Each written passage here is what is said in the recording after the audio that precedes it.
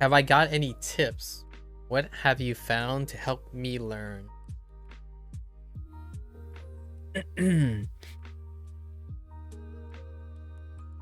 I think this is it's a very loaded question.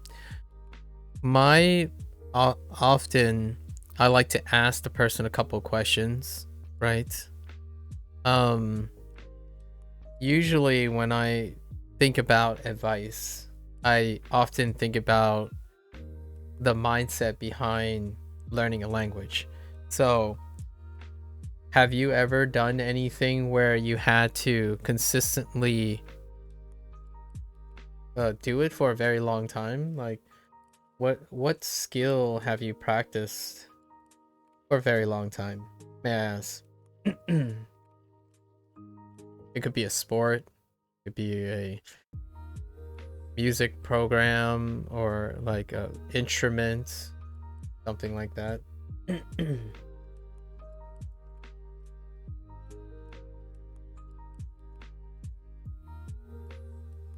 I would say my tips typically involve keeping a person consistent.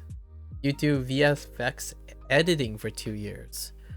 How'd you go about VFX editing? Okay.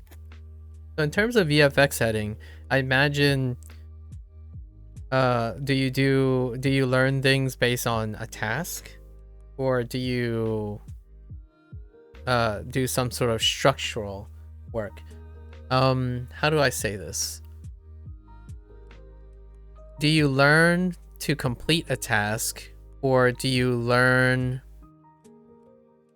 by pulling up a book and learning the technicalities abstractly? AMVs were pretty cool, so I got into it for fun and to make a satisfying edit. I see.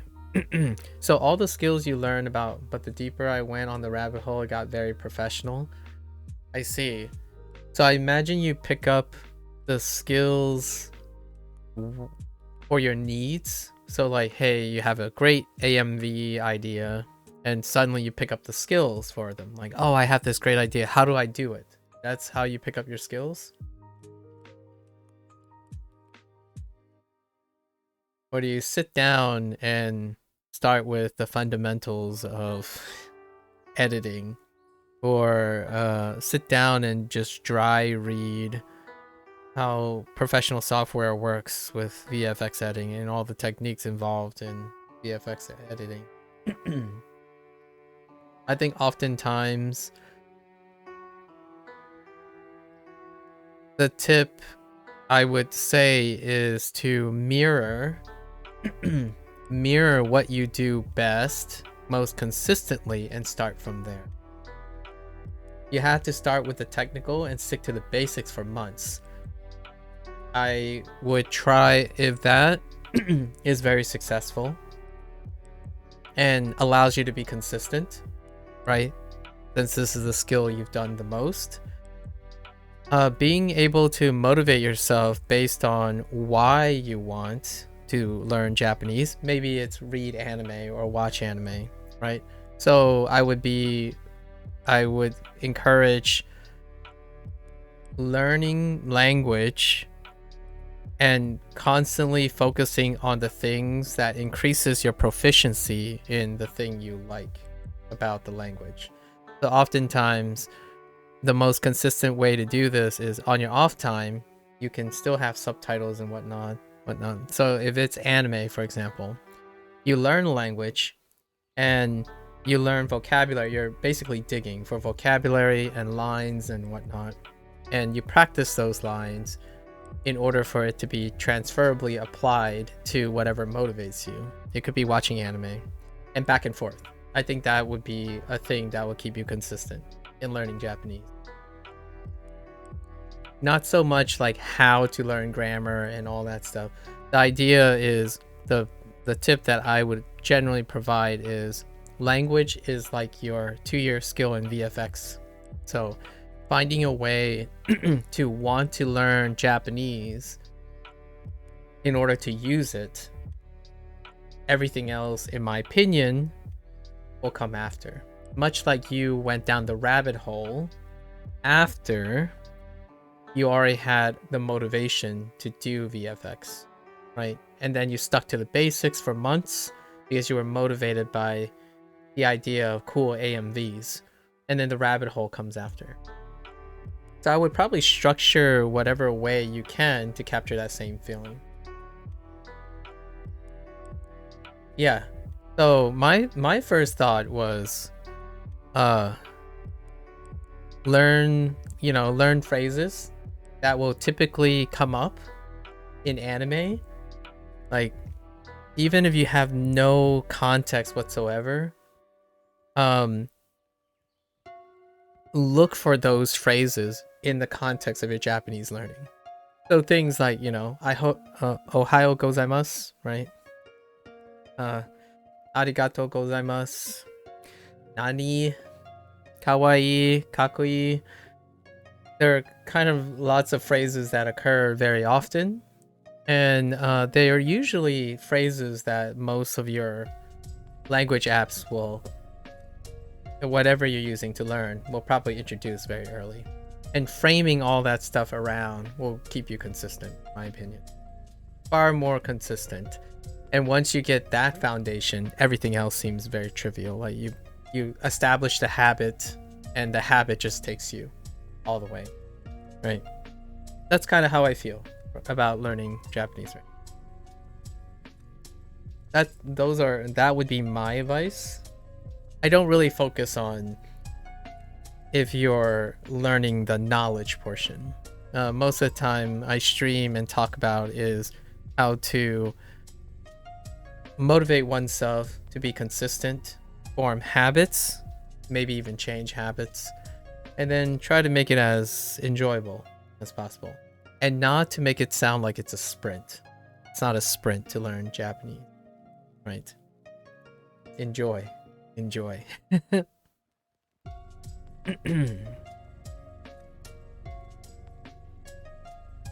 All right, so Raishu, right?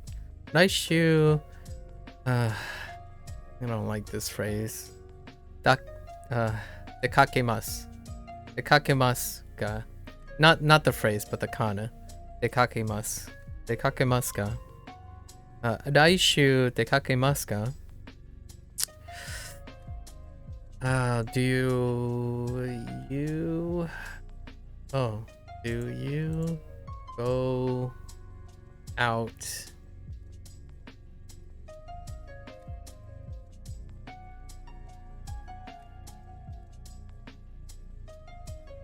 every next week? Are you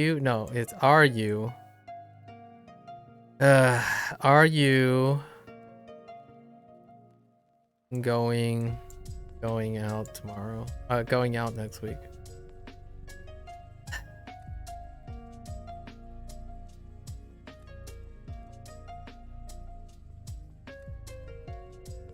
Yes. Are you going out next week?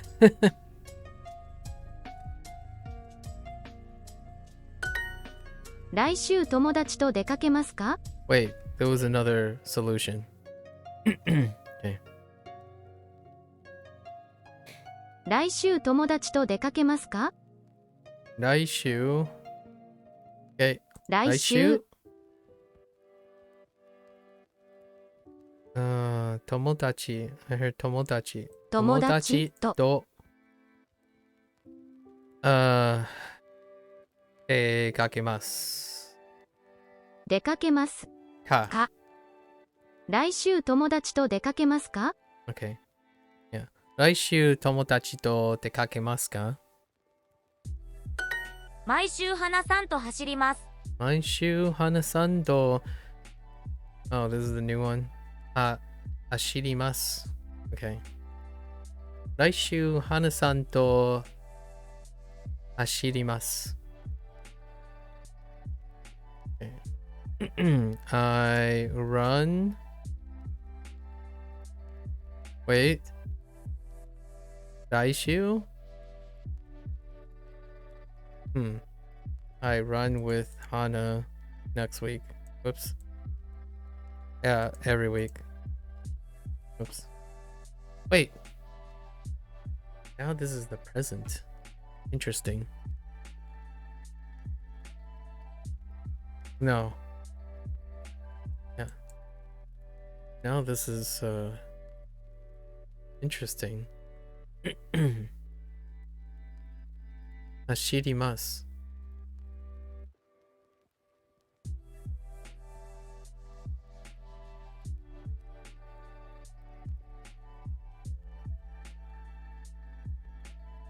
Okay. Have I gotten to kanji? Each chapter I've gotten to the point where each unit introduces an average of 5 kanji. So when we reach the end of a group, I'm going to do the kanji for this unit. So the kanji for this unit is shinbun. So bun, the kanji character for bun. I got the kanji for tabemasu, the ta in tabemasu, which is to eat. Shinbun is newspaper. And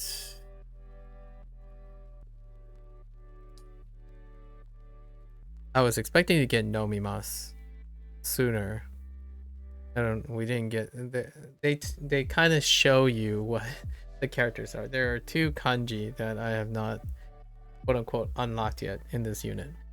In terms of the kanji so far, 7, 13, no, 7, well, 20, 26, 32, somewhere around 40. There are 40 kanji so far. By the time you get to unit section 2, unit 2. You get your first kanji, which are the numbers ichi, ni, san, around unit 7 in Duolingo. In unit 7, section 1. Section 1, unit 7. It's either 6 or 7. Can I write them?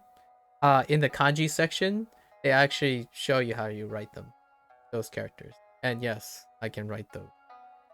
I can write all the ones up to all the way up to the last unit. I do them at the end of each set of lessons when they are new. I can also write all the kana.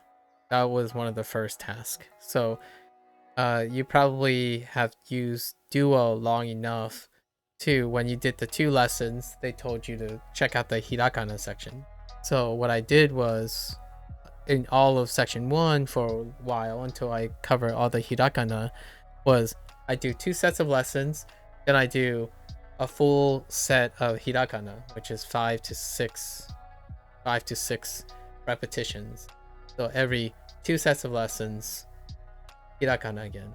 And then eventually hirakana was covered, then katakana. And at some point, I think it was section 1, unit 6, they recommend that you learn all your katakana. But by then, I have already learned all my katakana, which I did the same. Every 2 lessons, hit up on katakana. And then eventually you get your kanji. And now I generally practice kanji writing just here. Make note of any kanji that doesn't show up. And also for kana, every 4 days, I write all the kana out. Okay. Every 4 to 5 days, I write all the kana out with like a different program. A program that's more appropriate for writing kana. So nowadays, I don't write kana out during my Duolingo sessions. Only very roughly with like a web extension whenever I'm... What program is it? It's Krita. It's a drawing program. I prefer to use a drawing program because I use a pen. I use a pen to write, and when you're trying to use like something like this, right? This stuff, it's not good enough to write good strokes. Like know where you're making errors. It's too non-responsive. So generally, I would go to your favorite drawing program.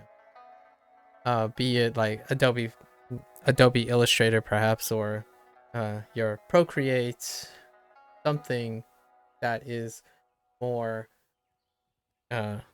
more responsive to your drawing. Yeah. I don't use paper.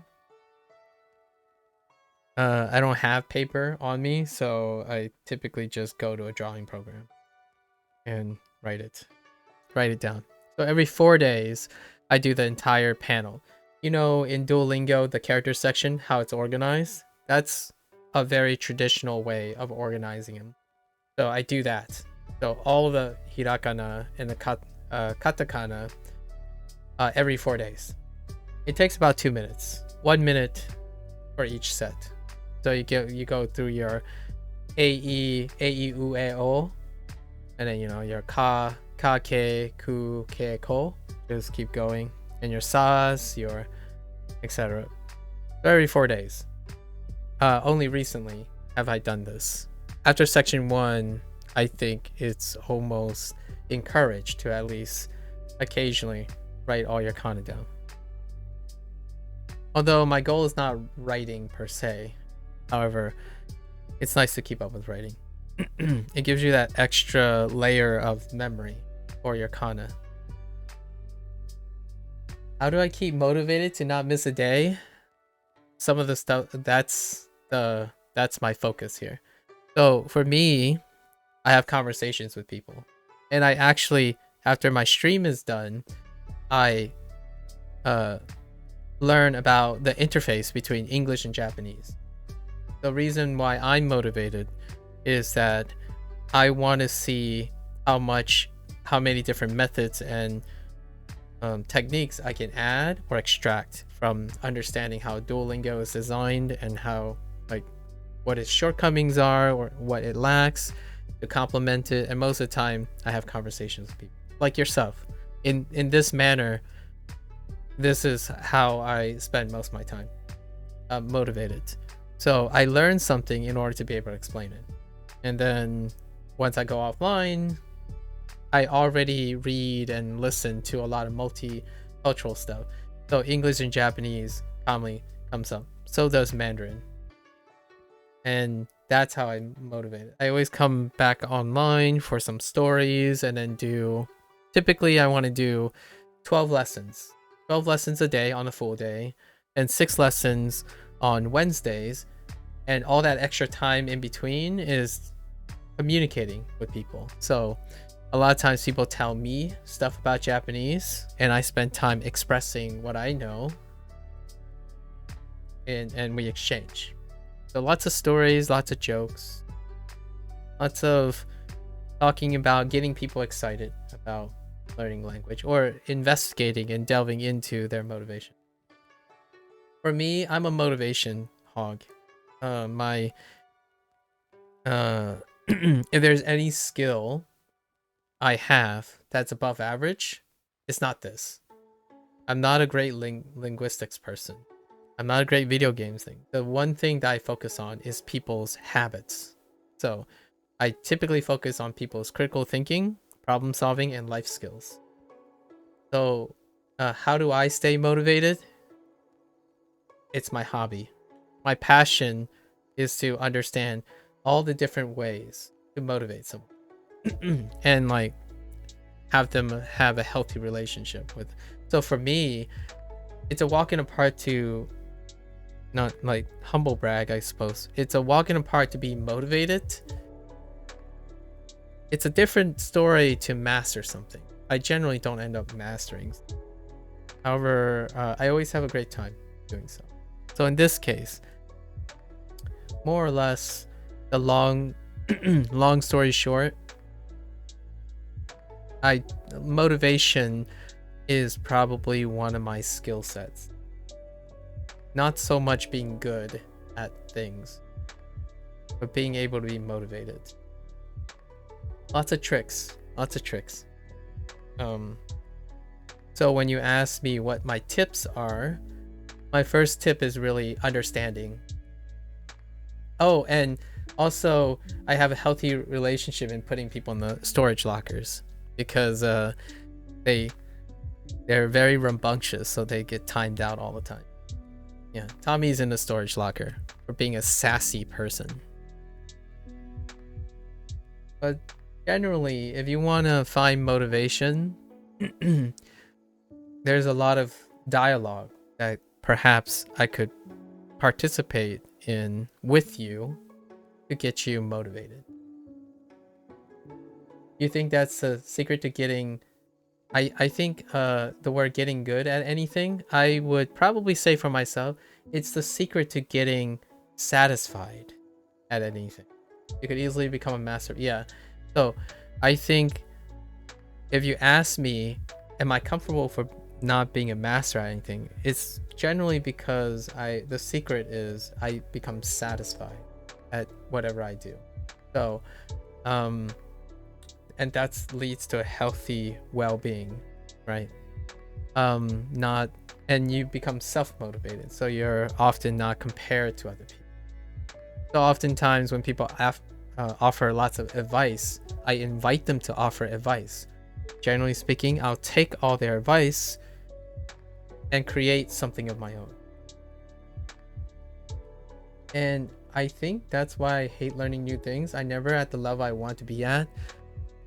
Yeah, you kind of sounded like it was too early to tell, but I do feel when people are very forward in finding tips and then they do something for perhaps a shortened amount of time and still continue to take on a lot of advice rapidly, it can be a situation where you're going to have to find some pacing or some consistency where you're not concerned necessarily for the end goal, but enjoying the journey. Language learning is a journey. It's a really, really long cross-country marathon, and it isn't a sprint. So oftentimes when you ask what is my major advice, I asked you what was the skill that you spent the longest time on. Because generally speaking, whatever is keeping you going with that VFX editing, think about like all the points that keep you motivated and constantly, consistently learning. Apply those techniques now to language learning and then add more. Continue to explore other methods to increase the consistency and the positive feedback you're getting. So you did end up stopping because it felt like a chore more than a hobby. Oh no. Well, the alternative here is now you have the basis of doing something for 2 years, right? So now you have the basis of doing that. Take those and then kind of explore why you stopped, right? I would encourage you probably to write down what made it feel like a chore, right? When did the shift from hobby to chore happen? Or at least recall as much as you can, and take those learning lessons and apply them to language learning. Language learning, on average, let's just say we're not all superheroes, we're not looking for the hustle culture. The average basic conversational skills come around between 1 and 2 years. So naturally, you can tell yourself you've already done something for 2 years. If you focused on VFX for 2 years, you can become competent. You have the skills to maintain working on a skill for over a year, right? And now your goal is to take those techniques, build on top of them while learning a new language or learning a new skill. Eventually, as you keep accruing new skills, your methods will also continue to develop and become far more rigorous and consistent. And you're exploring how that consistency makes you happier and more satisfied. I'm 37, by the way. I've been learning new things over and over again, rapidly, constantly for as long as I've known. So I cannot really demonstrate in some way in a short amount of time what this process looks like. However, at least you can tell yourself you've done a skill for more than 2 years. So you can at least, and hopefully with enough knowledge, you can at least learn Japanese for a solid 1 year to 2 years. And spend that time in the meantime exploring what made you stop doing VFX editing, and trying to work towards avoiding those pitfalls, right? And over time, you're going to learn a new skill. There's going to be another skill after that, and another skill after that. It's going to be 1 year becomes 2 years. It becomes 3 years. That's the iterative process of learning how to start to iterate on and optimize your learning process.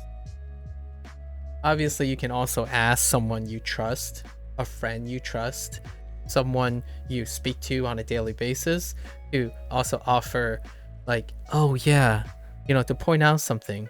Like, maybe they notice you're really happy when you do something related to learning a Japanese language, and they point that out, and you can capitalize on it too. Having someone else learn with you or communicate with you can offer a source that's outside of yourself. And for me, I stream for this reason.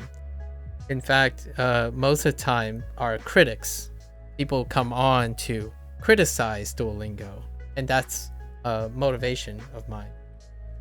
So it keeps me motivated, and people challenge me, continue to spoil my 1,000-year-old language adventure, like Tommy and Indy, who's in the closet right now. Just stuffed them in the storage locker because they keep spoiling the language for me. That kind of thing. Usually this stuff takes a while. I start, what I can do a lot of times is I start by asking the person, if you're learning Japanese right now, Kaname,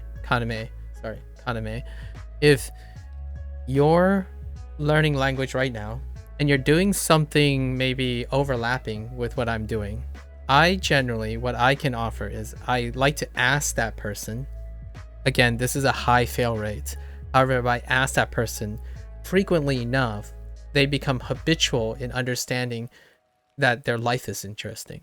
So I ask most people when I meet them, hey, you know, it was a nice discussion.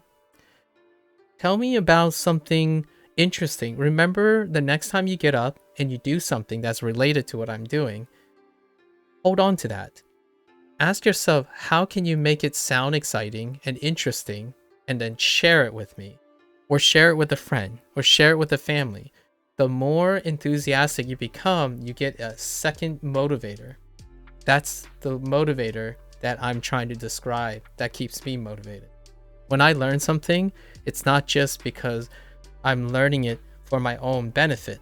I'm learning it so I can explain this to someone else or get someone excited to it. I'm habitually more of a scholar and a teacher.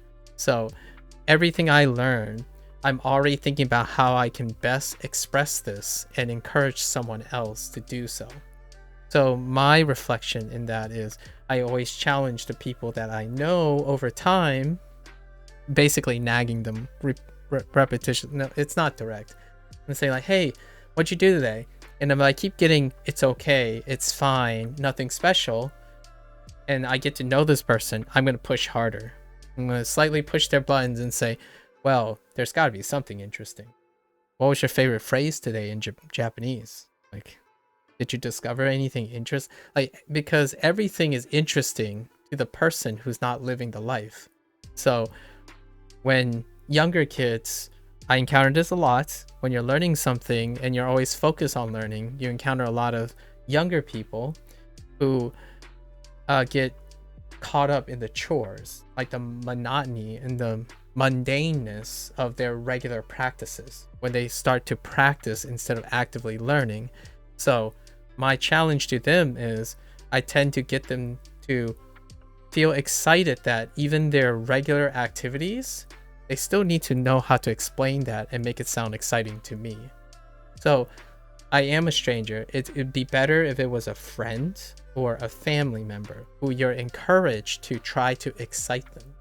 And what that does is often it takes the focus away from your life, as in how maybe slow and steady it is or unchanging it is, and it gives you a second motivator to find it interesting and see it from a different perspective, right? So for me, every time I learn Japanese, I'm evaluating the English translations, and I'm always thinking about what would it be like if I was a Japanese person learning English for the first time. And all this stuff makes me very curious. So I look forward to constantly learning the new things, generally speaking, because my mindset is not largely focusing on where I want to be, but where I'm going. And that's kind of why I'm the longest answer on why I stay motivated in anything I do. The only time I stop something is because I need to make time for something else. I rarely ever say I'm bored and I have nothing better to do.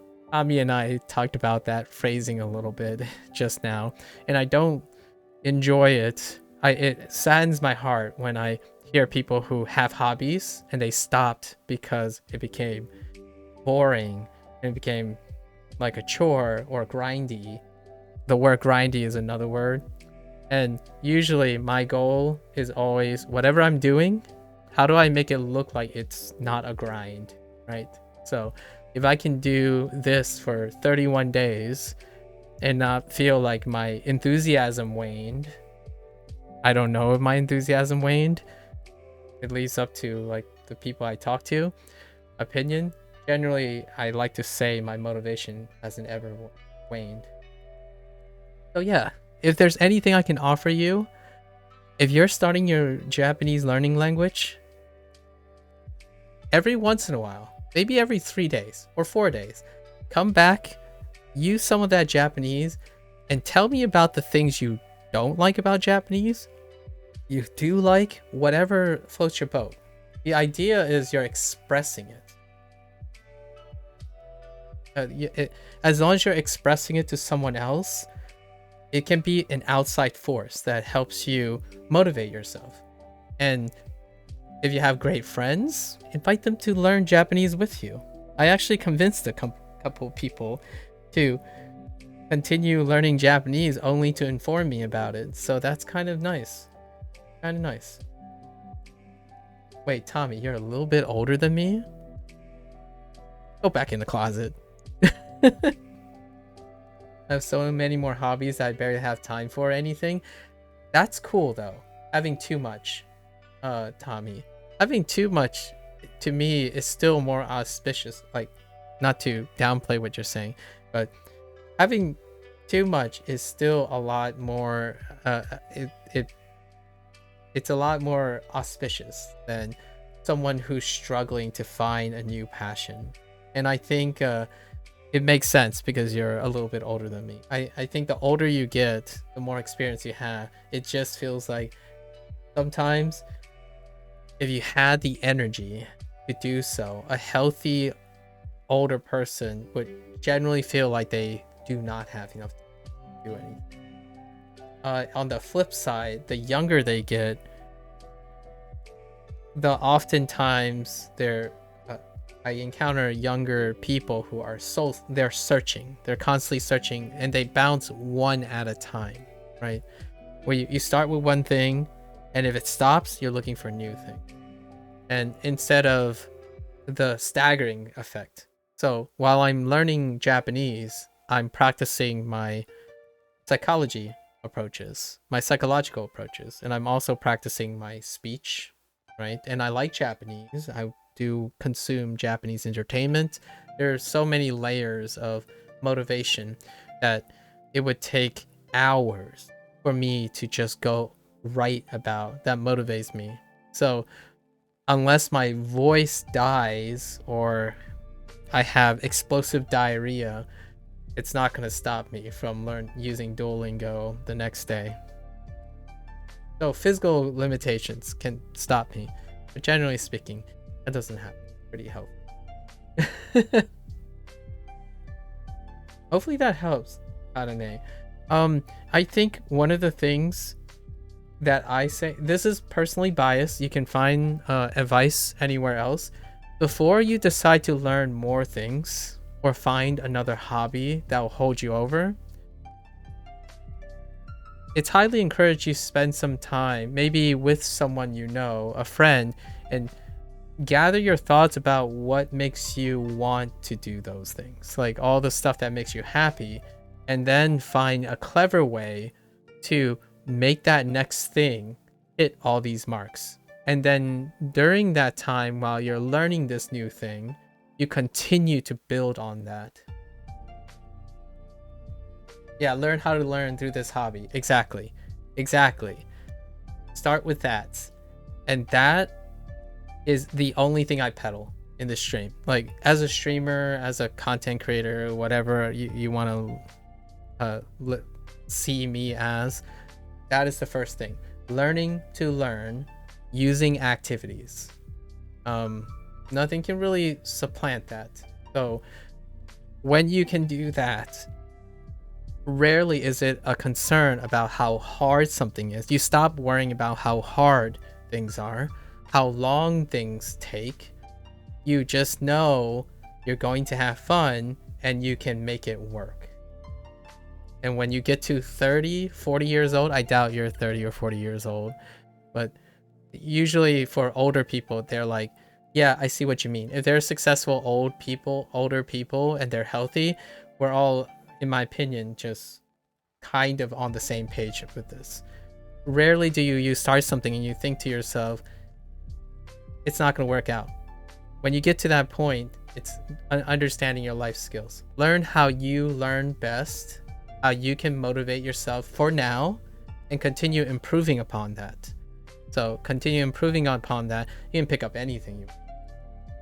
That's kind of what I wish teachers are able to impart to their kids at a younger age. Generally, my only prospect is when I see college students. That's my biggest exposure. When students end up in college, I do see a mix. Students that clearly haven't understood or weren't exposed to the idea of how to learn the way they want to learn versus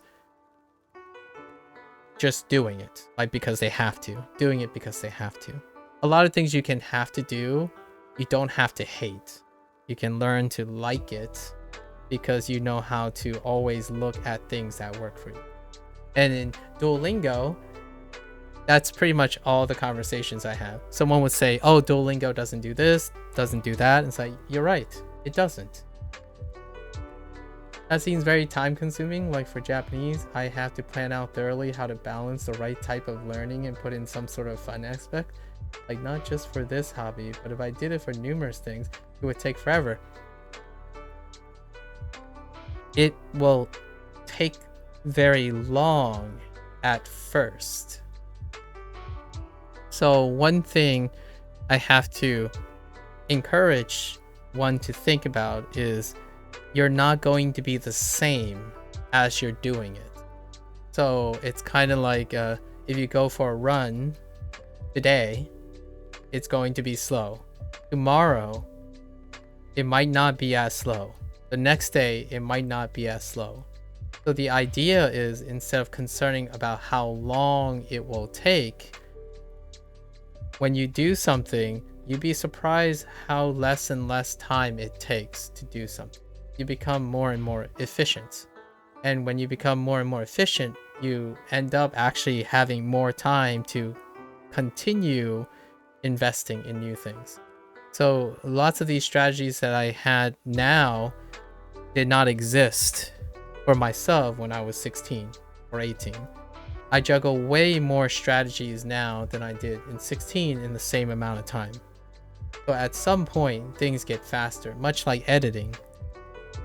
Unless you continue to learn new things, generally the skill you practice gets more and more efficient, right? It gets refined, and it's your choice to add more things. So for me, what's a session that I want to maintain? In my goal, I want to use Duolingo for at least 6 hours a day, right?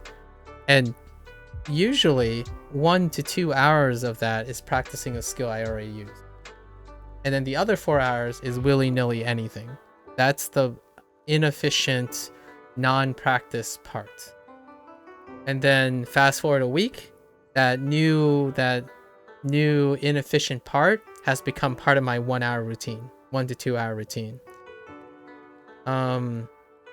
If I go back to my video 1, I can most definitely know that there are 4 routines that I do now at day 31 that wasn't even in my routine at day 1.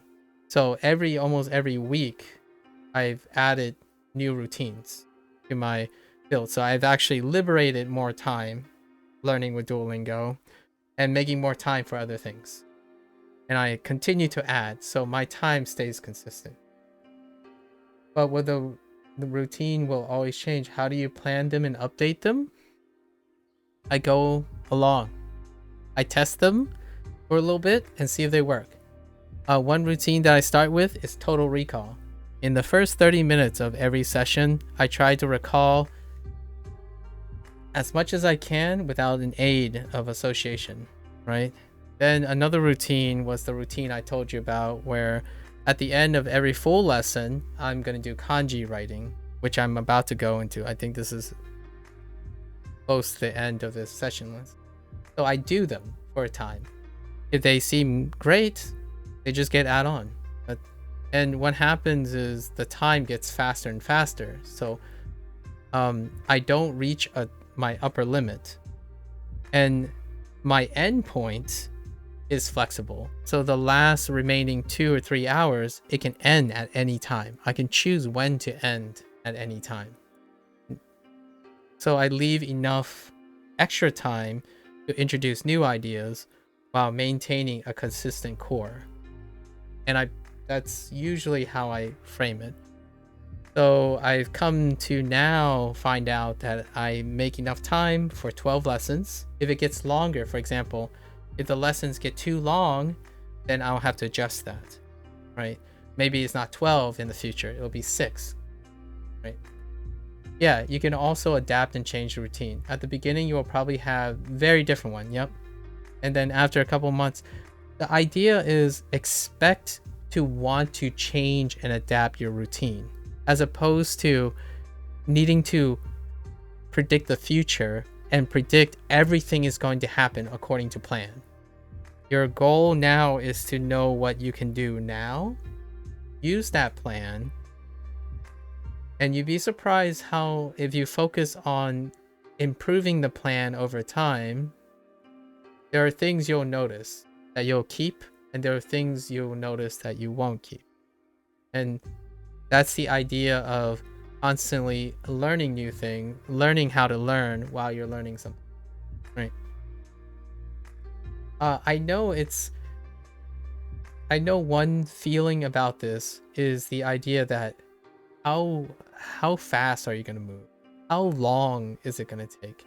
And that's really overwhelming. Yeah. I don't know why, but it seems very daunting to go into this trial and error phase. So this isn't a trial and error phase per se. Your first step, the first step that I'm encouraging you to do is to look back on what you have already done. So the reason why I asked about your longest skill set is you use that principle as something you know fundamentally works. So the way you approach VFX editing serves you as the foundation. The trial and error is part of the entire session. You are trying to discover new things while you're relying on your old methods. I asked you about the longest skill set because that's what you're going to work with first. It's something you have already tested and have worked for at least 2 years according to your sharing. So you use that as your basis of planning, and you leave time to introduce 1 or 2 things at a time. You have your core, your foundation that you're gonna go through each day, and you hope it holds up. Yeah. And you already made the first step, true. You already made this first step in the hiragana. Whatever's keeping you learning hiragana, you stay with that, and then you slowly test other things. But the core of your routine is whatever you have going on now. So you have new things and old things. I always start with my old routine, my established routine, and then have other people or look at other things in my spare time that when I'm not learning this thing, to try out new things. So each week, my learning routine begins to change over time. The core continues to be built on. The core is what keeps you consistent, right? The reason why I suggest this type of structure, hear me out here, the reason why I suggest this structure is oftentimes monotony and practice of the same methods over and over again can lead to stagnation, and often it saps motivation. It then becomes more of I'm grinding my gears and I'm doing the same thing every day, and oftentimes it's not because you're not getting any better or you're not able to get better or find more passion. It's no longer novel, it's not interesting intellectually anymore. So combining what you know consistently when you're doing it and always looking a little bit more for new things, it keeps the experience fresh. So every day I come in with a new story. In the evening, I spend a lot of time finding something interesting to share. So my motivation for each stream, each day, is to find something slightly new and constantly and talk about it. And that's kind of why I encourage other people. When you do something, when your day is over, share with me something that's interesting, that's worth sharing for you or me. So like, I don't know, someone can tell me how much they hated this trash bag that floated across the street when they were crossing the street to get their favorite meal at their local Chipotle or something. Whichever it is, that one thing, that novelty, it can be one thing, it can be many things. What it helps with is it allows you to refocus in the present and keep the present feeling novel, and keeping that daunting feeling of the future at bay, right? And then the past is your core. The past is what you're fundamentally working already. So that's probably going to be your most consistent thing. And the novel thing is just the cherry on top that keeps things a little fresh. And I guess you're right. Without the change, it becomes, yeah. And some people, I'm saying, some people love that, right? There are individuals who love and content with doing nearly the same thing. You have to find where that is for you. So that's largely why I'm encouraging you to think about your VFX editing and find out when did it become, or how long did it become start feel grindy and chore. And that's the time frame you have. Like say it's 6 months, it starts getting a little boring at 6 months. Well, you need to introduce something new by 6 months, for example. So the idea is you already know all of this information. You've learned many skills in your life already. You've already learned English in your life, right? So you will know where your threshold is. You have an idea where it is. And that's your time limit in which you want to change the things. For me, I'm going to tell you, I'm okay with doing the same thing for 7 years. Because I actually literally did that 3 times in my life, where I did the same thing for 7 years. So like nearly the same thing for 7 years. And however, I don't have to do that. I can make every day special if I wanted to. As long as it doesn't pass 7 years, I won't quit on learning Japanese. You have to find where your threshold is. Right now, you have 2 years because you already done something for 2 years, right? Start there. At least that's my opinion. Forget about the daunting nature of what the future is. I can earnestly tell you, you will be... I can't guarantee this. This isn't a life hack. When you start doing something,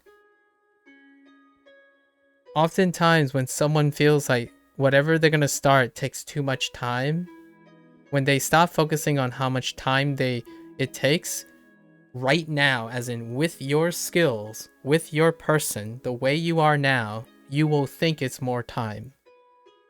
When you focus on improving over time, it will shockingly take way less time or even different than what you know now. So I record myself saying these things a lot, and when I look back, I generally, regardless of how experienced I am and how educated I am, I don't end up in the same place or at the same time or when it is, not even a month later or 2 months later. Oftentimes, if you're having fun and you're adapting really quickly, you actually end up in a place earlier. I thought that I was going to be at a certain place in Japanese learning 5 days earlier than I thought. It was day 25. So I made a summary thing on my 26th day. I actually thought it was going to take more than 30 days. And now I gave myself an artificial deadline of either the next 30 days, as in 60, by day 60, I either complete the section or I don't.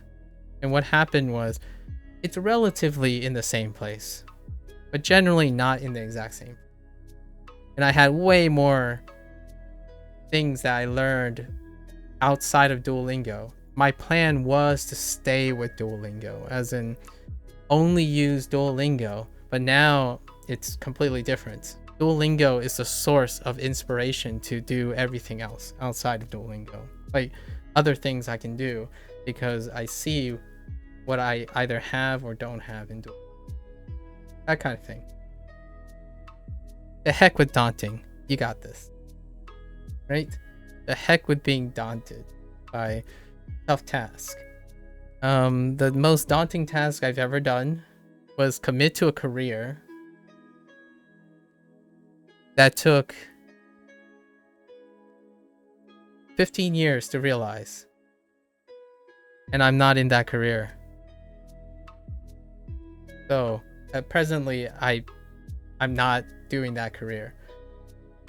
Does it feel like I wasted my time? Absolutely not. All those 15 years, I'm using all those skills now. It just happens to be not the exact career that I'm doing then. Like I'm not in science, basically. I'm not in genetics or biology at this very moment. However, I can say all these things because I've done those. I've done that 15 years. That kind of thing. Hopefully that puts your minds at ease. What made me stick around for 15 years? Was it the salary? That's kind of funny. I did not get for those 15 years, it was minimum wage because I was still a student. So it was just enough to pay to go to a university. So not the salary. More on that maybe another time. But the 15 years is because I love science. I really enjoyed science. I had a really non-sustainable relationship with science. I talked about this quite frequently. I use my life story, as a way to tell people about burnout. Right now, I don't think that's relevant to you. So you're more worried about trying to find a new passion as opposed to burning out. And the only way I can tell you is I would have stuck with it forever if I didn't burn out. And I did burn out. I burned out pretty hard. And when you encounter people like that, they have a non-sustainable and unhealthy relationship with their job or like their hobby or something. On the flip side, one that's looking for a hobby, probably not too relatable when it comes to burning out. So I really loved doing that. And what made me stick out is the same thing. I love learning new things. In the science field, if you're not learning new things, then you're not solving problems. And then the teaching aspect. I always get to see new college students, right? I actually really enjoy constantly switching up every year how I teacher assist incoming classes, like year one, year one chemistry labs and biochem labs. Every year means I could try a new thing to get better. Like I have my core ways to help to give lab, evaluate lab performances and stuff. However, every year is also an opportunity to try something else new that I might add permanently to it. So it's the same approach. Why did I stick with it with 15 years? I'm doing the same thing now. It's the same thing that I fell in love with, which I'm always trial and erroring new things. Why didn't I continue to do it? It's because I burned out. Much like your favorite YouTuber that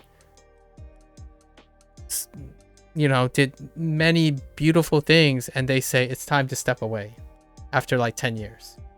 Usually it's a little bit earlier, every 5 years, or 10 years is a stretch and 15 years is a heck of a stretch.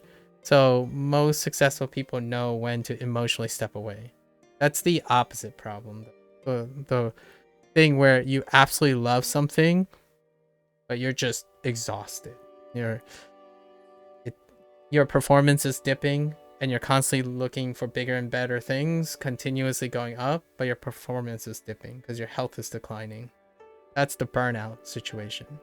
And my Duolingo experience here, I've met some really passionate youngsters, and those youngsters are the ones that I see potentially heading for the same course that I did 15 years ago. So oftentimes my conversation is the flip side of this, where I would encourage the youngster to be a little bit more mellow. Like, remember to have fun, remember to not lose sight of your own noble motivations, as opposed to being focused on results, performance. Like, they have plenty of that. So it's the opposite here. This is the opposite case, where you meet someone who has lots of results and lots of performance gains and constantly seeking for the next big hit, right? They also have an imbalance, in my opinion, where it's concerning that they might drive themselves into the ground. So in your case, though, at least the impression you're giving me is you're looking for something to occupy your time. Maybe replace a passion that keeps you motivated and working forward. So in this case, you're working up instead of slowing down. And you have to work, in my opinion, building a foundation so that you can speed up is the idea. It will always seem daunting if you don't have a foundation to start. For me, starting is the easy part for me. Stopping might be the hard part. So yours is seemingly reverse because it's very daunting to start. My only hot take here, this is a hot take. The more times you start something, you will, in my opinion, most people intuitively, if not intellectually, end up discovering what makes it easier to start the second time, then the third time, then the fourth time. It doesn't get any easier if you don't start at all. And the longer you go without learning a new skill, the tougher it's going to be over time to get your foot through the door. If you land on a skill that you love, many people who get older continue to love that skill. So in that context, they will still have a hard time starting new skills, but they don't need to because they have a skill that they can love for a lifetime, 2 or 3 skills. My encouragement for you is probably, if you're having a hard time starting on anything at the moment, like everything just feels overwhelming, make a list look around, make a list, like your friends, your family, what are they doing? And make a list and order the list from the lowest effort to break in, to start doing, to the highest. Start at the lowest, a few days, it's like, not for you. Next day, the next one, next one, next one. Eventually you'll find that starting something becomes trivial, right? And then you can truly overcome that whole daunting feeling when you're like, I just don't want to start over, or man, I did something like this before, it's gonna take forever, like what is gonna do? That's kind of the idea. You can sometimes, if you're worried about something that's really important to you, might not work out. Yeah, so like training a muscle. Yes, this is more your muscle. Now you're training these, like exposure, like intellectual for intelligence and mental state. It's for exposure. So when you expose yourself to it, you'd be surprised how quickly you adapt to it. And there's one thing that people are always concerned with, which is, what if it's something really important to you right now? The idea then is to pick something that's less important to you. Generally speaking, it checks itself out. The things that are most important to you, they are one of the most daunting things. So when you sort your list, right, you're gonna find that the ones that have the lowest barrier are the ones like, you're like, meh, okay, I'll try it for a day or two. As you go down, generally speaking, the ones at the very bottom are the ones that you're worried about the most, because they're going to be the things that you care about the most. Dauntingness in the scale of effort, the last ones are the most important, generally speaking, because there's so much weight to it. So you're basically, when you're ordering this amount of entry, the ones at the top are guinea pigs. You might be surprised. You might end up falling in love along the way with some of those things, but they're test subjects to work up your endurance to get to the most important things. And oftentimes when you make a list, it helps a lot of people visualize, like, oh, okay, these are the most important. Like some people would put running at the top, where okay, they'll run for a week. It's like, nah, chief, that ain't it. That is suffering. It's like, what's next on the list? Basketball. What's next on the list? Disc golf. You know, they continue to go down, and as you're going down, your tendency of liking it more is going up, while you're spending a lot of time starting new things, knowing when to call it quits, starting new things, when to call it quits. There's a big danger here that I want to keep in mind. They're not failures, right? When you start something and when you stop, you already know, I'm going to stop at some point. What I'm testing is how to start something and then deciding when to stop. So that's why the organizing it this way, the most important things, you don't want to stop. They're gonna feel like failures if you fail them. So as you're going down, you're getting higher and higher in risk and emotional distress, right? The risk is higher, the game's higher. A lot of times, lots of people start with all the things they love, and when it doesn't work out, they get reinforced over and over again, like, I'm a failure. Every time I start something, I can't stay consistent enough to continue doing the things that I love, right? So generally, if you flip it on its head, start with the things that you're like, I don't care about it too much. Let's just do it for a little bit and see if it's okay. Eventually, that gets normalized for something you really, really want. For me, it's pretty much anything. Honestly, I don't really care what I'm learning at the moment. At this point, this is fast forwarding. I started this back in, this idea was back when I was 27. That was 10 years ago. 10 years ago. So I've been doing whatever I'm describing for over 10 years. You can't see how much I would put on my list though. Start, right? Look around. YouTube is pretty big, right? YouTube is pretty big. Hop in, ask someone, what's your favorite thing? Can you share with me why it's great? Ask someone to convince you to at least try whatever they're interested in for a day or two, right? I'm not the best person at convincing anyone to do anything. However, you could find someone who loves learning Japanese, and it's incredibly persuasive. As in, I'm not a person who would go out of their way to convince a stranger that they must like to learn Japanese.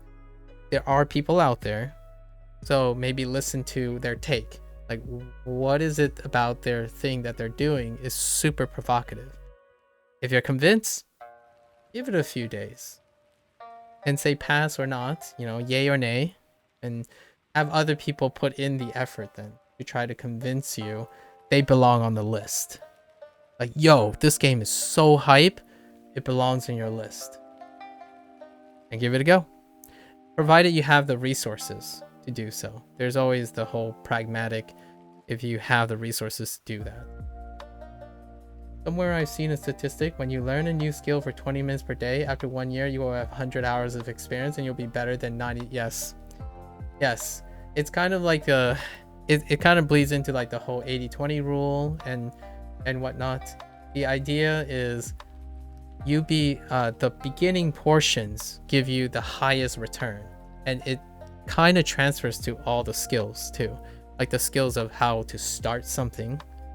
When you get a start, it requires like, I don't know how to draw a kinetics curve, but the first barrier to activating a reaction, like the first energy level to input to get your foot through the door, it accounts for a gigantic amount of the energy necessary to go into a skill.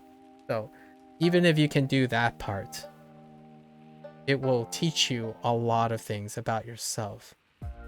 And that's something that no stranger can really help you with, unfortunately. They can encourage you to do that and try to lower the barrier. However, they can never get you to, they don't have the answers for self-actualization, for self-awareness. You got this, kind of the idea. But you're not alone in it either. There are other individuals around who also probably have struggled starting things. Unfortunately, I'm not one of them. I don't think I've often had that issue. That might be an interesting thing. Try to find someone who have overcome this issue of starting new things. How do they deal with it? How do they juggle with the unpredictable future, right? I generally don't look that far into the future. Well, I did once, and that was that 15-year period. And it was scary. It was very daunting. That person, I don't know how that feels as much anymore because it's been a while. And even then, it's not quite the perfect example. It's not like a really emotionally resonant example. Yeah, 20 minutes per day. You get a lot in 20 minutes, especially if it's a new novel skill with no transferable legacy. Anyways, hope that sparks some interest. I'm not sure. Are you working now, Anime? Like, are you working or in school? How does it feel that things are strapped for time? I guess that would be a great question. University? I see. Do you like what you're studying at your university?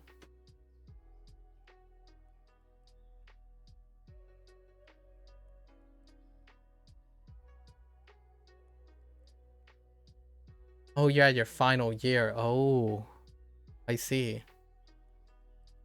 Big deal. That's a big one. Do you have any ideas what you're going to do soon? Don't really enjoy anything. I find aspects cool, but I'm here for the career and money. Okay. And that hasn't been fulfilled yet, right? You're still strapped for a career and money. Okay. Okay. Like that's still something that must, it's probably a stressor, something that you have to achieve or address. At least the money part. Yeah, money is a big one.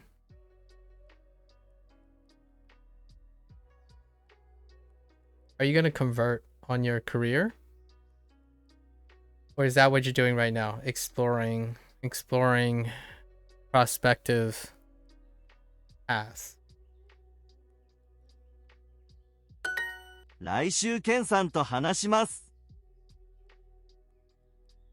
If this is too personal, by all means. I just want to make that clear. That definitely do not feel you have to share something that might be uncomfortable. 来週ケンさんと話します。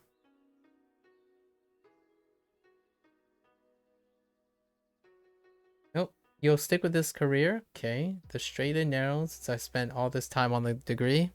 Fair enough. Fair enough.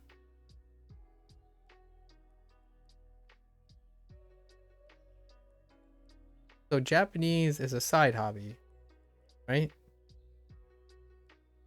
Is it related? Can you relate it to your career? Is there anything you enjoy doing that can be related to your career? Because oftentimes I find that's a great motivator too. A distraction kind of, not related at all. Is there a creative way to make it related to your career? That's an alternative approach, right? I can't do science. I'm not doing science anymore, but all of this stuff is related to, in my opinion, the whole teaching thing. I wanted to teach for the most part. So all of this is still related to teaching. So all the skills that I learned about teaching and explaining things and like difficult concepts and how to get myself to learn the difficult concepts and stuff, all this is still here. And that's what makes the career and the hobby, while they're separated, they help each other. You're doing software engineer right now, so I don't think I like to relate anything I like to work I'm forced to do. Okay. That's acceptable. That's acceptable. I'd probably say that there's definitely a way to take advantage of something you're doing in software engineering that will elevate and synergize with things that you like to do you may like to do as a distraction. Just keeping that in mind, not that I'm encouraging you, like I'm saying that is the answer to a lot of things. Generally speaking, working with each other, often is synergistic and not antagonistic. Although if you don't like your job that much or your career path, I can see why you would want to distract yourself when you're on your free time. Again, I find it a little difficult to relate to, and I'm probably not the person to ask about this or offer any advice on this. I loved my job, so therefore my job is still anything that my hobbies are. They were taking advantage of everything I did on the job. So while they're separated, and I definitely behave differently with my hobbies take advantage of all the things I do from my job. And all the things I do with my hobbies, I can bring to my job, like transferably, to make my job less, less like just my job. I do both of them. On the one hand, I do at my own leisure, and then the other I have to do. However, what I learn from one helps the other. So it makes it more time efficient to give it. You can look at it like that. Yeah, that would be one way to keep down the feeling of, that phrase, the toxic phrase about not productive while you're doing your hobbies, or not being productive towards your hobbies when you're working. Like the idea of, oh, I'm working this job, I can't enjoy my hobby right now.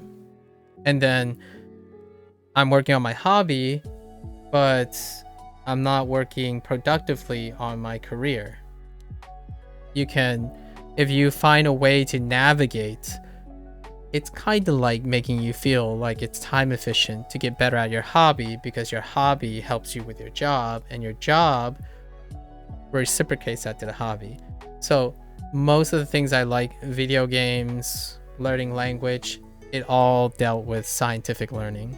So when I was on the job, I learned how to solve problems, solve other people's problems, solve my complicated problems.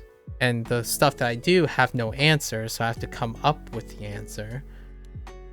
And I take that to my video games, and those skills help me play video games and talk about video games in a different way, learn Japanese in a different way.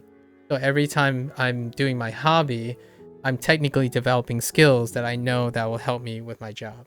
So while they're still separated, one I do on my free time, one I have to do, it removes that guilty.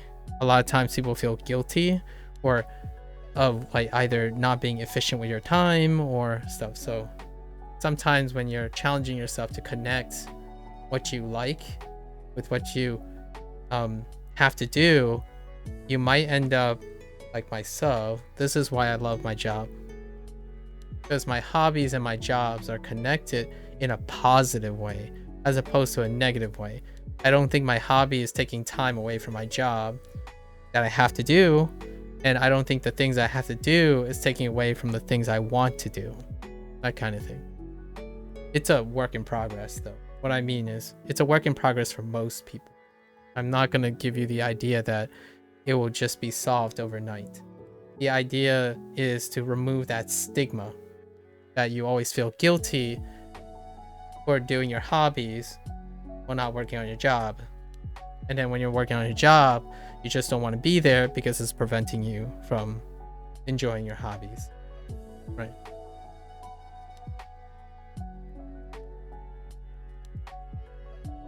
Let's see.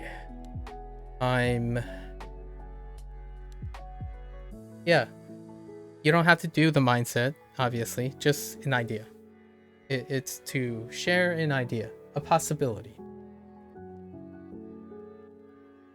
I would love it to tell you that I know other people who have different perspectives, and then you can go there and have their perspective, and see, compare and contrast. Because my mindset is just one of tons of mine. The thing I can tell you is I'm relatively successful, I guess. So I'm relatively successful.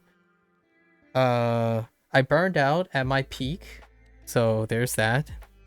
And in terms of, I know you mentioned money, and people do mention money quite a lot and ask me this question. I'm financially comfortable.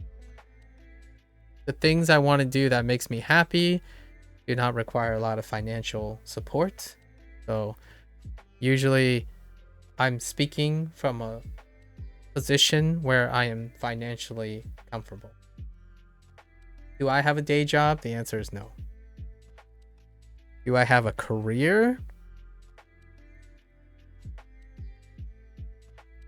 That is to be determined, because I have been a long time from my originally established career. And getting back to that will be an incredibly big barrier. Do I want to go back? Sort of, but not in the exact same way. I'm not a person to look back and try to do the same thing again. So if I ever go back to science and stuff, it's going to be in a different context. Maybe like editing or writing or policy review or something that isn't the same anymore, because I'm no longer the same person. Give you an idea where I am. Sharing is caring, I suppose. Let's see. I'm going to talk to you and okay. Going to talk to Ken next week. 毎週パスタを作ります。 Wait, what did you just say? 毎週パスタを作ります。 Oh, okay. I thought he said pasta, and he did say pasta. Yeah, we got the word for pasta, which is pasta. Surprise, surprise. Okay. 毎週パスタを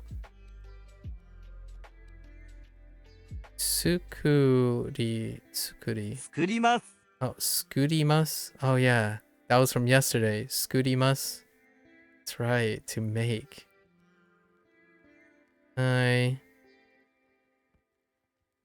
Oh, okay, so they're just going with the present. Okay. I make pasta every week.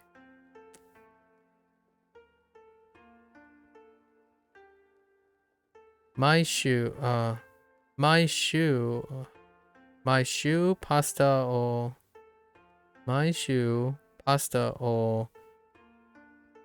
skurimasu. I had a trouble with skurimasu yesterday. I'm gonna say it a couple more times over. 来週新しいドラマを見ます。来週新しいドラマを見ます。Okay. I'm going to watch a new drama next week.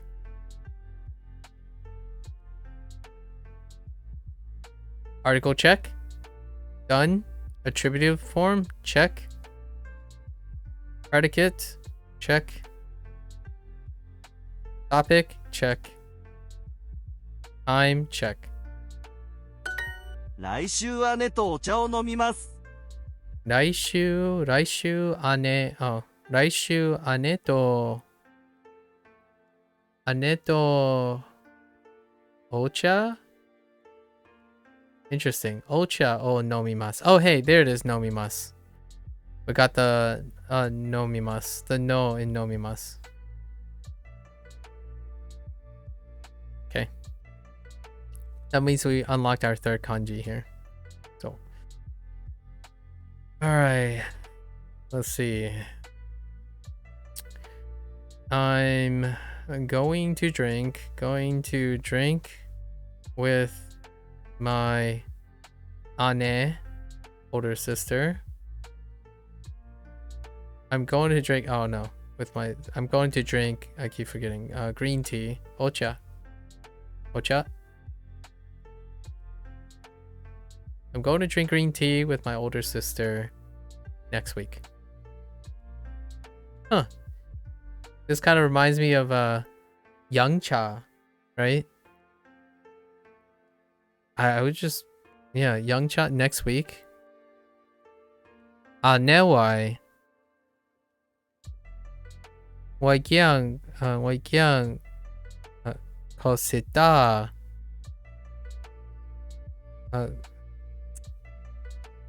Older sister. Is it Ichia? I don't know what order that would be in. Do I know Mandarin? I know Mandarin, yes. I am illiterate in Mandarin. And the dialect that I'm speaking is Fujianese, which is Mandarin still. So, to clarify, I know Mandarin, and Mandarin is now commonly used as a collection of all the dialogues. So, Fujianese is a Mandarin dialect. Does it help with this language?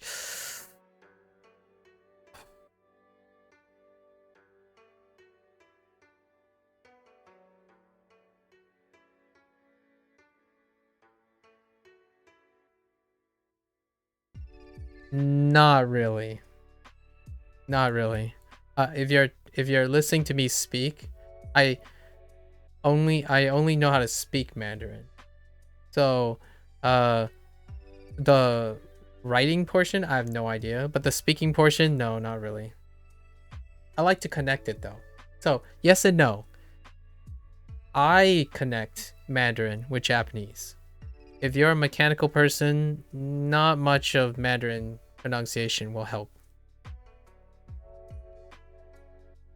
If I knew, yeah, mechanically, I would say if I knew how to write in Mandarin, mechanically, it might help with the strokes, right? So here are some mechanical things. The yes and no.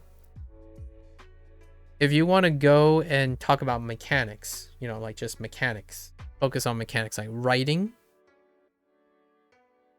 It's a no for knowledge, but it's a yes for anything mechanical. Just like saying if you play a musical instrument and you listen to a lot of different types of music, that will help with Japanese and Mandarin and any language. If you speak and make a lot of different noises, like if you voice act, if you read a lot out loud, if you public speak a lot, it will also help you with language. So the mechanics of language is often transferable. So for me, yes, it does help only in it. It helps in the sense that I can make a lot of different noises. So Fujianese, I speak with my parents all the time. Because I have to make different types of noises, I'm less closed off than someone who has less noises, like different sounds, like nga, like nar, hua. You know, like lots of specific sounds. It kind of helps with in general.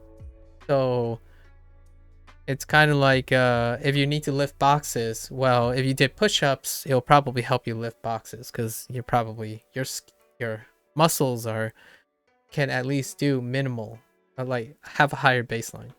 So yes and no. Intellectually, I'm gonna say not too much. There are some occasional helps. Intellectually, it can cause interference a lot of times, and you have to navigate those. Yeah. So I'm going to drink. Check. Green tea. Check with Aneto. Check. Time next week. We're good. 来週友達とコーヒーを飲みますか Okay. 来週 来週 来週 I heard 友達とコーヒーを飲みます。あ？来週友達とコーヒーを飲みますか Okay. 来週兄とコーヒーを飲みます。来週兄と yeah 来週兄とコーヒーを飲みます。Okay. I'm going to drink coffee with my ani older brother. 来週 next week. I'm going to drink coffee with my okay. No article check. Fine. Okay, good. 飲みます。飲みます。飲みます。飲みます。飲みます。All right. 新聞。新聞。新聞。Tabemasu. 食べます。 Nomimasu. 飲みます。 Yoji. 4時。 And then nanji. 何時。 来週新しい映画を見ます。 Raishu atarashi eiga o mimasu. And big disclaimer about when someone asks me if anything's helpful. I generally habitually want to say yes. There are very few things I ever feel like they're not connected. I do not do things not connected. It's all connected. Cue MCU, I guess.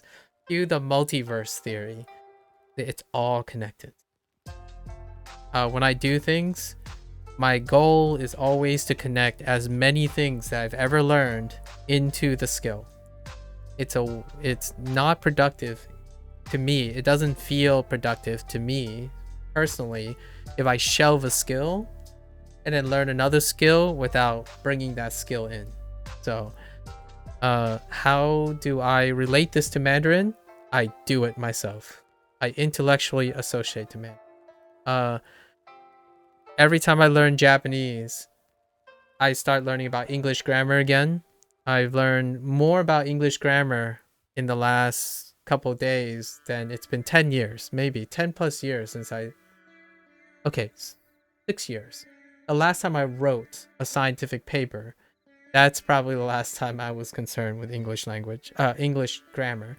So I explored more English, more Fujonese. I actually learned a lot of Fujonese too by digging into like Mandarin sites so all this stuff is always connected. I'm learning everything at once.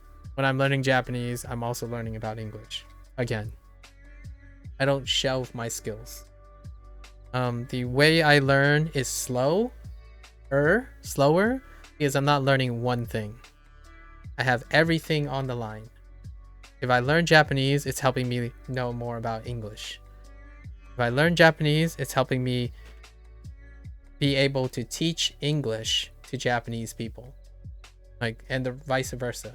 I'm maximizing anything I'm doing or trying to. I don't usually just focus on a single task. The trade-off is I can be unfocused, and I'm okay with that. It might trigger some people. It's already triggered a couple of people where they're like, well, that's not the fastest way. It's not the most efficient way of learning Japanese. I agree. I absolutely agree. If this makes you upset, I'm sorry. I'm not a person who learns Japanese only to learn Japanese. I learn it to do everything that I could possibly make it about. So it is about being Chinese American who learns Japanese and don't really want to be a Japanese person, right?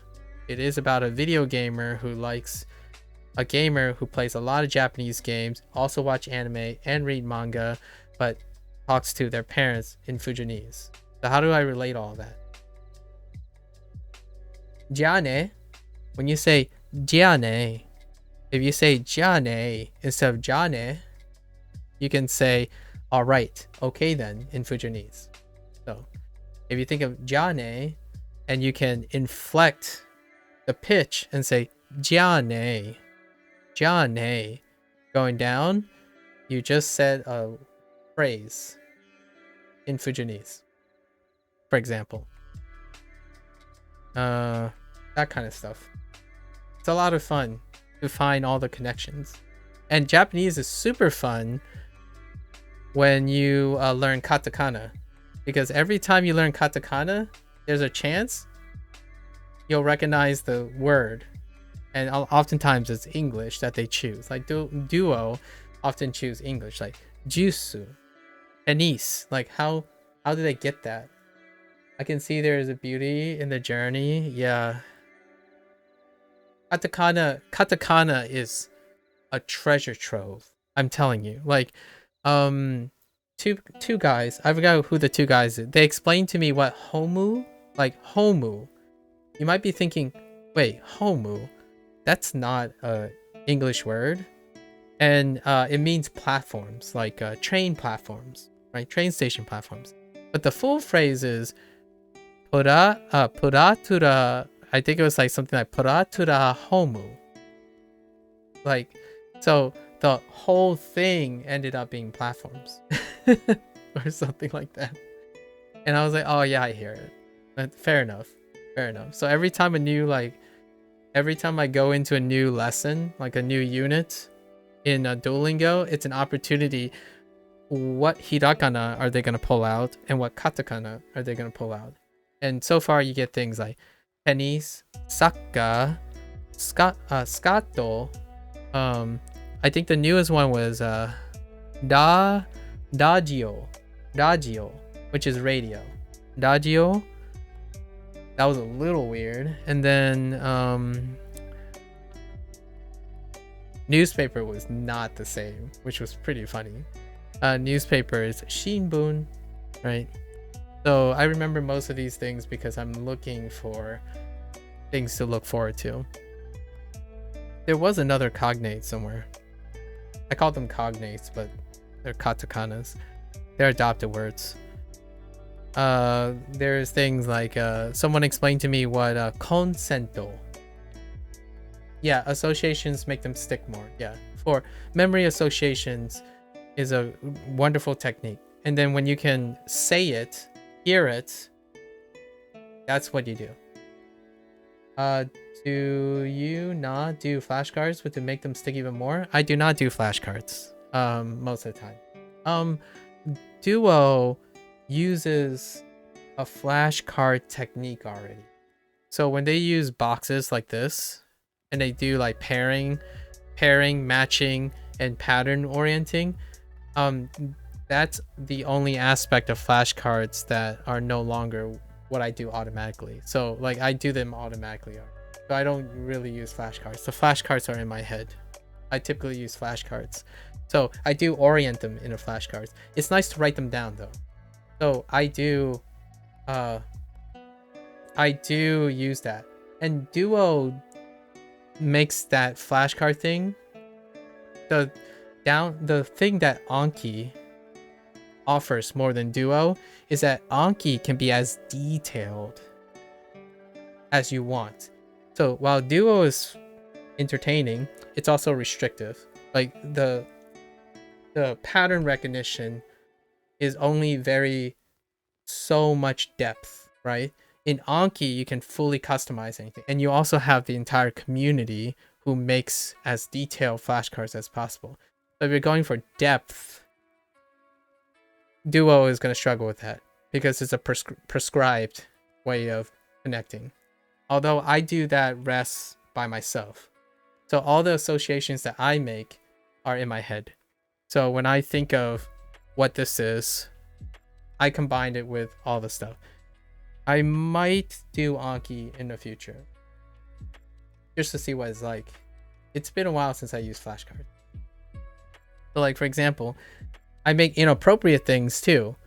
Like what I mean by that inappropriate, others don't think this is appropriate. For example, like Raishu. The only reason I remember Raishu is it sounds like right shoe. Like the right shoe. Or if you're really into Pokemon, it sounds like Raichu. And that was my vocab from yesterday. Raishu is the right shoe. And if you know the right shoe, you also know my shoe. As in my shoes. Like my shoe. The phrase. And does that help or not? Well, I think of a shoe. Right? So my shoe is always the right shoe. So if I'm doing something with my shoe, it's also doing it the right shoe. How do I remember that? It's because right shoe, my shoe means every week. And right shoe only means the next week. But if you're doing it every week, you're most definitely doing it next week. And that's why my shoe is the right shoe. That's my mnemonic for Maishu and Raishu. And you can write all of that down on Anki, or and then you can even add more. When I'm thinking of the phrase my shoe, in my head I see a picture of my shoe I currently am wearing to go on a run. Every morning I get up to put on my shoe, and I place my right shoe second. So when I go on a run, I'll never forget these phrases. So I guess other people's deck will never be as impactful as the one you make yourself. So why download other ones? Yes and no. Obviously you're gonna hear me say yes and no. The impact is when you have a Venn diagram, right? If you draw a Venn diagram, so say this is your pool of knowledge, and you're gonna output Anki. Another person's deck of cards could look like this. Others. And they're gonna output Anki. If this percent overlap is greater than this percent, then the answer is yes. Yes. Yours will have more impact. However, I mean, this is not drawn to proportion, but if you have a situation where your knowledge, right here, your knowledge, your pool is like this, right? Then you still want to download this, because you have to integrate this amount of information back into your Anki. So when you're outputting Anki with your pool, you can take this larger pool that does not overlap, because this is common knowledge right here. So the comment you made is, if you're making an Anki in this pool, yes, yours will always be more impact that you made yourself. However, all the things that you don't know, that you didn't cover, no matter what, that's still greater than 0. So what you're saying, whenever you're applying all your mnemonics, all your techniques, if there are more things outside of your knowledge, then the others will have a greater impact than you. So that's kind of the situation here. So there is still a high impact for those who make flashcards that you are not aware of at all yet. So if you're using Anki to learn, this is what learning looks like. This right here is if you practice. So when you practice, all the cards you make are common knowledge, as in the people, if you download it. Yeah, the problem is you don't know what you don't know yet. So if you are practicing with Anki, if you're designing practice around Anki, it's with things you know. With things you know. When you are learning with Anki, it's with things you don't know yet. Right? With things you don't know yet. And that's the two sides of flashcards. Anki offers things you don't know yet, and you want to download things you don't know yet, as opposed to helping you with practicing making your own cards with things you do know. And when you download these things and you learn these things, you can take this pool and add it to the things you do know. So that's where what I do most of the time. I take people's advice. I like certain parts of their advice. I take what they know and put it into the pool of practice of what I know. So I take inspirations from other things, take other people's ideas, take other people's mnemonics. I take a lot of people's mnemonics and tricks. And what you do is you slowly, basically, steal. I like to use steal as a fun, like, video game mechanic. You're basically stealing other people's ideas and then making your idea even better, right? overall. So if I were to learn with Anki, which I have not yet, and I know it's a flashcard thing with the database, my first thing I would do is I would download everything that I don't know. Learning from this 80% of the time, and then spend 20% of the time adding their knowledge to my pool so I can practice. I spend most of my time learning though. Like for me, my engagement requires that I spend most of my time learning things I don't know versus practicing the things I should know. And you'll see me slip up all the time and passing through, but I'm generally used to practicing less, learning more. And I've talked about this a lot. When I think about learning is novel. Practice is awareness. So you are already aware of the knowledge. And together, they make studying. And you have to determine what your balance is. For me, I spend 80% of the time learning and 20% of the time practicing. So why am I not like drilling myself in kana, like writing kana non-stop? Yeah, 20% of the time I'll write kana because I already know kana, right? I spend 80% of the time constantly pushing forward. So I'm always in an uncomfortable state of vocabulary that I don't understand. And Tommy and Indy and Lotus would come by and say, well, you haven't gotten there yet. Well, here's something. Sorry for spoiling it. I'm always in that state. I'm constantly in a state of learning as opposed to practicing.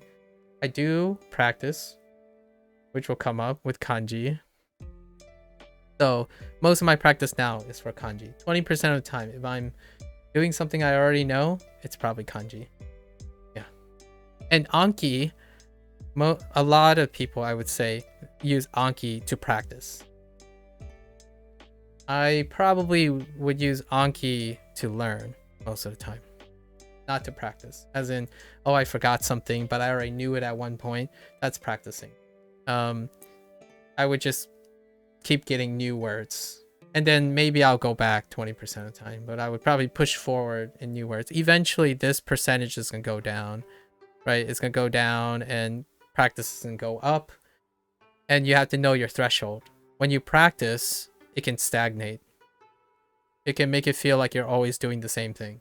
So the closer you get, the less and less you start learning some more, and you're getting to like the top, like you're hitting a ceiling or a plateau or something, the higher practice is going to take up, the time practice.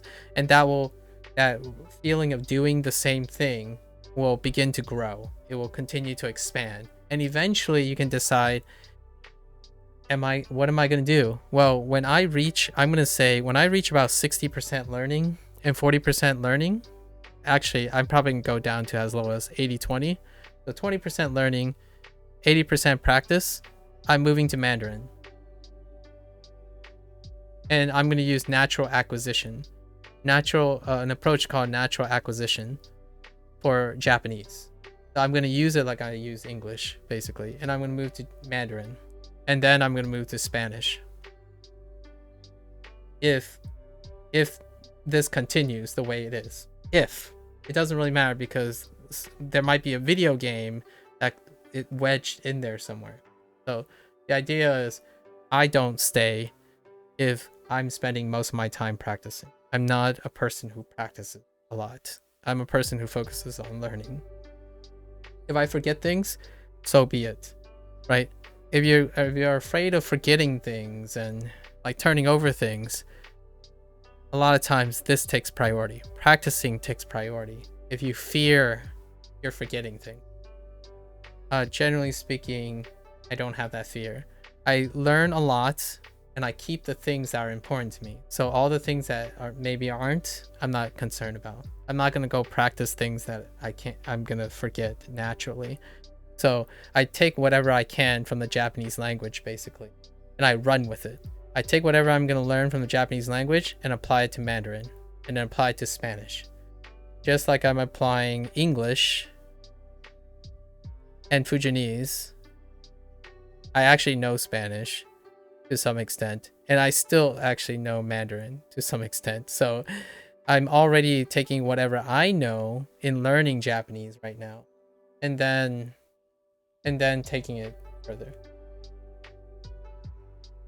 Hey, good evening to you too. Genki desu. Konbanwa. Konbanwa. Genki desu. Buoy. Anyways, so yes and no. If you're gonna plan on using Anki, I'd probably encourage you. Yeah, I probably encourage you to just download things that you don't know yet. If you want to keep learning with Anki, and then if you want to practice, here's the thing, right? It's not to say if you download someone else's Anki, you can swap it up. Say it's not about learning Japanese. What you're trying to learn, if you download someone else's Anki for the, like this case, if they have the same knowledge, then look for something else. Look for how their Anki looks like. Like, what do their Ankis look like? What method did they use? Like, did they include animal pictures, and then you found animal pictures to be really good? Or maybe movie themes? So instead of learning about Japanese, now you're learning about how they Anki. How do they use Anki? And that is very useful too. It's learning to learn with Anki. So there's merit if you want to think of a way where, what about all the ones that the Anki covers the same words that you already made? You can look for something else. It might not be impactful for Japanese. However, you could take ideas from them. Like, oh yeah, you know what? That's pretty boss. Changing everything into a term about Final Fantasy video games. That kind of thing. So you can learn to develop your method to maximize Anki at the same time. It would be another approach to using a source from other people. You're basically trying to, in my opinion, some of the biggest powerful tools for learning is how big their communities are. When their community is big, you take ideas from them. They're there. If they're available, you take ideas and you synthesize it into your own, right? And Duolingo Duo does not have that. So if I had to tell you one thing that highlights something that Duolingo does not have, it does not have an exterior exchanging of information in the community. It's something it trades off for consistency and curation.